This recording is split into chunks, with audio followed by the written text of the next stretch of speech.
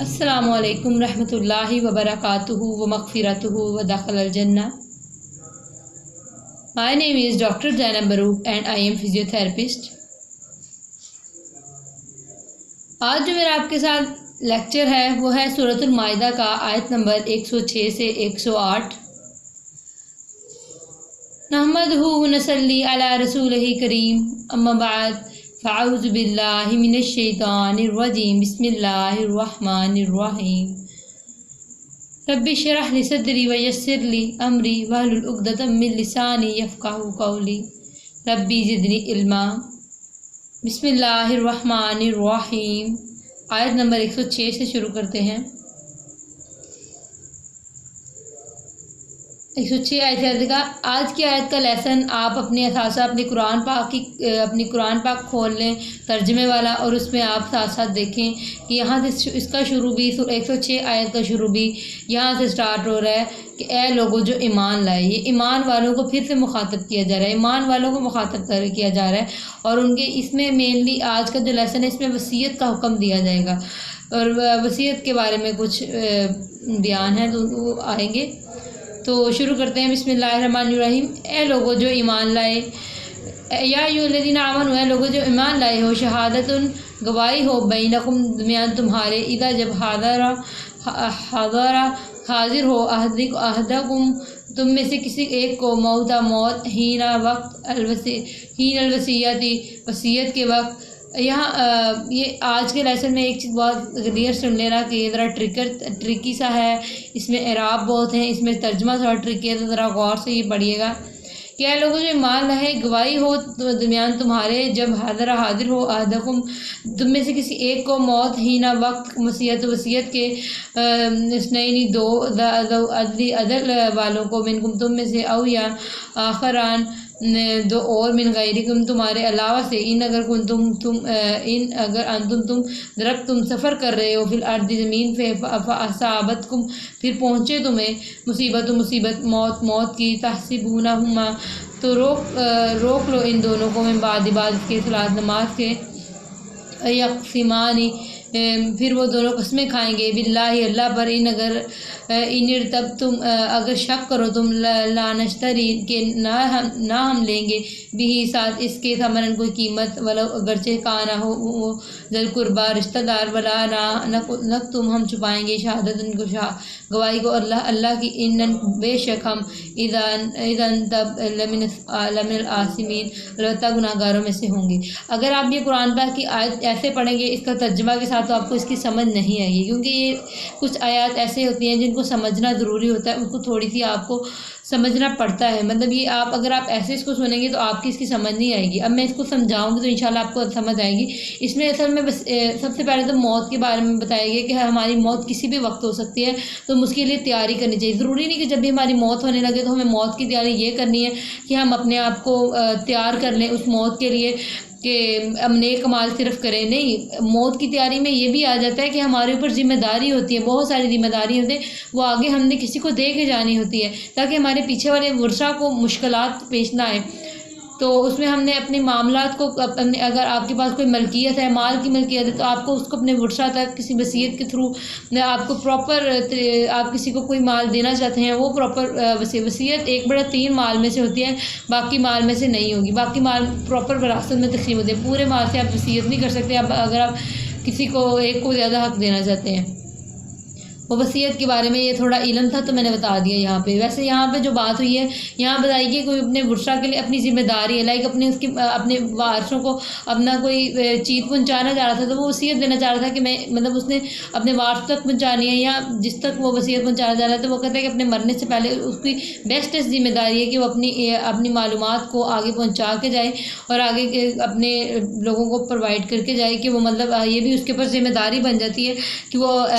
کیا نام ہے جو اس کی ملکیت ہے، جو اس کے پاس کسی کے پاس نالج ہے تو اس کو آگے دے کے جائے۔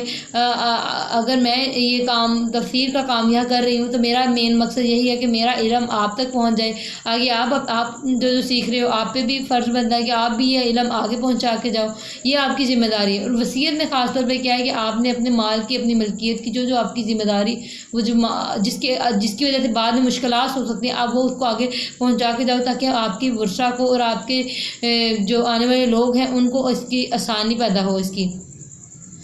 تو حدیث ہے کہ کوئی بھی شخص اگر کسی بھی بات کی وصیت کرنا چاہتا ہے تو ایک بھی رات وصیت لکھے بغیر نہ گزارے، کہ کیا پتہ موت اسے تبھی آ جائے۔ تو اس لیے کہ وہ اگر وصیت لکھنا چاہتا ہے تو وصیت لکھ ڈالے، کیونکہ وصیت بہت لازمی ہے، کیونکہ آپ ایک طرح کی اپنی ذمہ داری کو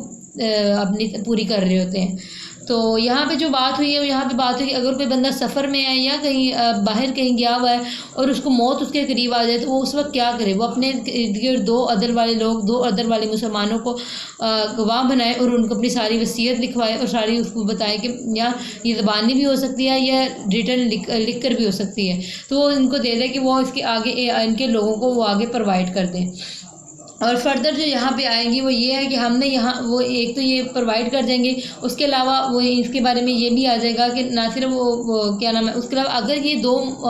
کیا نام ہے عادل مسلمان اسے نہ ملے سفر میں یا وہ کہیں باہر تھا تو اس کو نہیں مل پائے، تو اب کیا کرے گا؟ وہ یہ اپنے وہ دو عدل والے مسلمانوں کے علاوہ ویسے کوئی مسلمان دیکھ لے۔ لیکن اگر کوئی مسلمان ہے ہی نہیں وہاں پہ تو وہ پھر ایک عیسائی یا یہودی دیکھ سکتا ہے، اور اس میں زیادہ قریب عیسائی ہے کہ وہ کسی عیسائی کو دیکھ لے اور اس کو بتا دے، ٹھیک ہے۔ اور جو وصیت کرتا ہے اسے وصی کہتے ہیں۔ اب یہاں جو بات ہوئی ہے کہ یہ بات آپ کی کلیئر ہوگی کہ دو عدل والوں میں سے لے لو یا پھر جو دو اور جو تمہارے علاوہ مطلب جو مسلمان نہ ہو، لائک عیسائی اور یہودی، تو عیسائی زیادہ قریب ہے اس کے۔ اس کے علاوہ وصیت کے دو عدل والوں کو تم میں سے، یا آگے بات ہے کہ جب تم سفر میں ہو تو یہ تم مصیبت پہنچی تو تب موت آ جائے تب تمہیں یہ کرنا چاہیے۔ آگے بات ہے کہ اب یہاں پہ آگے جو بات ہو رہی ہے نا کہ تم روک لو ان دونوں کو بعد نماز کے، پھر وہ دونوں قسمیں کھائیں گے اللہ کی، تو یہ کس بات کی بات ہو رہی ہے؟ کہ اگر ورثہ تک اس نے کوئی چیز پہنچائی ہے، کوئی وصی، میں نے کہا کہ وصی کہتے ہیں وہ جو لے کر آتا ہے وصیت کو، یا اوصیاء کہا جاتا ہے جو وصیت لے کر، تو اگر وارثوں کو شک ہے کہ یہ مجھے ٹھیک پتہ نہیں دے رہا ہے کہ نہیں، تو وہ اپنا شک کلیئر کرنا چاہتے ہیں تو وہ اس کو کیا کریں گے، اس کے نماز کے بعد، اور زیادہ تر روایات میں آتا ہے کہ وہ عصر کی نماز کے بعد اس کو اکٹھا کیا جائے گا اور ان کو بلا کے اس کو ان دونوں کو کہا جائے گا کہ آپ دونوں، وہی جو لوگ وصیت لے کر آئے تھے ان کو کہیں گے آپ قسم کھائیں، اور وہ قسم ایسی کہ وہ اپنی دنیا نہیں بیچیں گے، اپنی آخرت نہیں بیچیں گے، وہ دنیا کی فائدہ کے لیے جھوٹی قسم نہیں کھائیں گے اور وہ قسم کھائیں گے۔ پھر ہم ان سے قسم دلوائیں گے اور قسم دینے کے بعد ہم ان سے پھر پوچھیں گے کہ معاملات، وہ ہمیں پھر قسم، اللہ، اور قسم بھی کس کی کھائے گا؟ اللہ کی قسم کھائے گا، اور اللہ کی قسم کے علاوہ وہ اکیلے میں نہیں کھائے گا، وہ قسم سب کے سامنے کھائے گا، اور وہ مرتکب کرے گا کہ اگر میری غلط ہوئی تو میں گناہ گاروں میں سے ہوں گا۔ تو وہی بات ہو رہی ہے کہ چاہے وہ کوئی رشتہ دار ہی کیوں نہ ہو تو اس کو مطلب آپ کو وہ قسم سچی کھانی پڑے گی۔ تو نہ ہم چھپائیں گواہی، تو کیا ہے کہ کیا نہ ہم لیں ساتھ اس کے کوئی قیمت، اگرچہ ہوں وہ ذی القربہ رشتہ دار کی، اگرچہ وہ رشتہ دار ہی کیوں نہ ہو، تو وہ کیا ہے کہ وہ کہیں گے کہ ہم کوئی قیمت نہیں لے رہے اس کی، ہم حق کی بات اپنی گواہی دیں گے، اور ہم چھپائیں گے گواہی کو اللہ کی، بے شک ہم تب البتہ گناہ گاروں میں سے ہوں گے۔ تو یہ گواہی کہیں گے کہ ہم اگر چھپائیں گے تو ہم گناہ گاروں میں سے ہوں گے۔ اب آگے جو اگلی آیت ہے، آیت نمبر 107 میں بات ہو رہی ہے، اس میں ہے کہ اگر آپ کو یقین ہے کہ اس بندے نے جھوٹی قسم کھا لی ہے، یہ آپ کو پہلے شک تھا، آپ نے پوچھا، اب آپ کو یقین ہے کہ وہ جھوٹی قسم کھا رہا ہے اور آپ اسے پوچھ رہے ہو کہ یہ کیا بات ہے، یہ جھوٹی قسم کیوں کھا رہے ہو، تو پھر آپ کو اس بیس پہ آپ سے بات کی جا رہی ہے۔ اگر کوئی بندہ جھوٹی قسم کھا رہا ہے تو پھر مطلب آپ کو کلیئر کٹ ہے، آپ کو بالکل یقین ہے، تو پھر آپ کیا کریں گے کہ وہ پھر ورثہ کے دو خاندان میں سے دو لوگ کھڑے ہو جائیں گے اور وہ کہیں گے کہ ہم قسم کھاتے ہیں، اور وہ پھر اسی کی جگہ جہاں پہ وصیت والوں نے قسم کھائی تھی، اب وہ اسی کی جگہ کھڑے ہو کے وہ دونوں اپنی وصیت قسم کھائیں گے اور وہ کہیں گے کہ ہم سچی قسم کھا رہے ہیں، اور وہ مرتکب کریں گے کہ ہم نے سچی قسم کھائی ہے، ہم کسی پہ زیادتی نہیں کر رہے، تو پھر وہ نہیں تو ہم ظالموں میں سے ہو جائیں گے اگر ہم زیادتی کریں گے۔ تو پھر اس سے کیا ہے کہ اگر اب تو انہوں نے بھی وصیت، انہوں نے بھی گواہی دے دی، انہوں نے بھی، تو کس کی گواہی مان جائے گی؟ اللہ تعالیٰ نے کہا ہے کہ گواہی پھر ہم اس کی مانیں گے جس نے ورثہ جو گواہی دیں گے. یہ کیوں اس لیے ہے کہ ورثہ گواہی مانی جا رہی ہے ان کی نہیں؟ کیونکہ جب ایک بندے کو ڈر ہوگا نا وصیت جو غلط وصیت دے کر آئے گا یا کوئی فراڈ کرے گا، اس کو جب ڈر ہوگا نا کہ نہیں یار میری تو پکڑ ہو جائے گی اگر میں نے کیا نام ہے اگر ان میں سے کسی دو نے کھڑے ہو کے میرے خلاف دے دی تو مجھے تو سزا ملے گی، کیونکہ جھوٹی قسم کھانے کی مجھے سزا دی جائے گی تو میں تو سزاوار بن جاؤں گا. تو وہ پھر اس ڈر سے جھوٹی وصیت نہیں دے گا. تو یہ اللہ تعالیٰ نے اس کے اندر ڈر کریٹ کرنے کے لیے ایک انسان، کیونکہ یہ فراڈ کرنے والے اللہ سے تو کہاں ڈرتے ہیں، یہ تو لوگوں سے زیادہ ڈرتے ہیں. ارد گرد لوگوں کو دیکھتے ہیں کہ میرے قریب لوگ نہ ہو تو میں یہ کر دوں. تو اللہ تعالیٰ انہیں فرما رہے ہیں کہ مطلب ان کو دیکھو کہ اب یہ کیا کرتے ہیں تمہارے ساتھ. اور یہاں پہ مین یہی ہے کہ یہ دونوں مطلب اگر زیادتی کریں گے اور اگر وہ مطلب کاؤنٹر بیلنس میں جب انہوں نے کاؤنٹر کیا کہ انہوں نے بھی آگے قسم دے دی تو ان کو پتہ لگ جائے گا کہ وہ ان کو تو کلیئر کٹ ہو جائے گا کہ وہ غلط ہے، چاہے پھر وہ سچے کیوں نہ، پھر ان کو سزا ملے گی. لیکن وہ اسی ڈر سے نا وصیت والے ہمیشہ سچی وصیت دیتے ہیں، کیونکہ ان کو پتہ ہے کہ اگر ورثہ اب اس میں کیا ایگزامپل ہے کیسے وہ کھڑے ہوتے ہیں. لائک گولڈ تھا، کسی نے اپنے باپ نے اپنا گولڈ گھر سے بھی لے کے گیا تھا، اس نے سفر میں واپس بھیجا تو رستے میں تو نہیں نا گولڈ 1-2 گھنٹے 5 گھنٹے میں گولڈ غائب ہو سکتا. تو پھر ان کو یقین تھا تو انہوں نے ایسے ریا، کوئی بھی ایسے مطلب یقین تھا تب وہ خود قسم کھائیں گے اور خود کو پھر اپنے اس چیز کے اوپر کھڑا کر کے اور پھر اس تک پھر کاؤنٹر جو ہوگی وہ ختم کر دی جائے گی. یہ مطلب وہ جو ان کی وصیت ہے اس کو رد کیا جائے گا جو وصی کی وصیت ہوگی، اور ورثہ کی قسم کو ہم تک تسلیم کر لیں گے اور پھر وصی کو سزا ملتی ہے اس پہ. تو اس کا ترجمہ پڑھ لیتے ہیں. فائن پھر اگر اسی اطلاع ہو جائے، مطلب آپ کو یقین ہو، اطلاع ہو جائے اللہ اس پر انہما کہ بے شک وہ دونوں انہما استحقا کہ بے شک وہ دونوں مستحق ہوتے ہیں اسمن گناہ کے فآخران پس وہ دوسرے یقومانی وہ دونوں کھڑے ہوں گے مقامہما ان دونوں کی جگہ من الذین ان لوگوں میں سے من الذین استحق ان لوگوں میں سے جو حق ثابت ہو گیا علیہم جن پر علیہم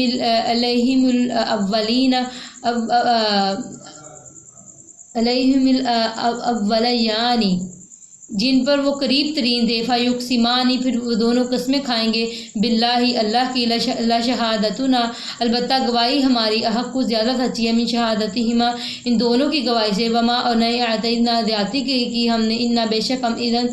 تب لمن ظالمین البتہ ظالموں میں سے ہوں گے. اصل میں اس کا الفاظ کافی مشکل الفاظ تھے، میں پہلے آپ کو بتا چکی، اس میں کچھ اعراب اور ترجمہ اس کا ڈیفیکلٹ ہے، اسی وجہ سے مجھے اس کے الفاظ پڑھنے میں تھوڑی ڈیفیکلٹی ہوئی ہے اور آپ کو بھی ہو سکتی ہے، اس لیے اس کو بہت سوچ سمجھ کے اور دھیان سے یہ لفظ ادا کیجیے گا. آگے کیا یہ ہم نے اس کے بارے میں پڑھ لیا. اب یہ سارا ہم اس آیت کے بارے میں آپ کو سارا ڈیمانسٹریٹ کر چکی ہوں کہ آیت نمبر 107 میں کیا بات ہوئی ہے کہ وہی جب آپ کو یقین ہو تو پھر وہ کاؤنٹر اس کے اوپر قسم کھائیں گے اور پھر جب وہ قسم کھائیں گے تو پچھلے والوں کی وصی کی وصیت کو قسم کو رد کر دیا جائے گا.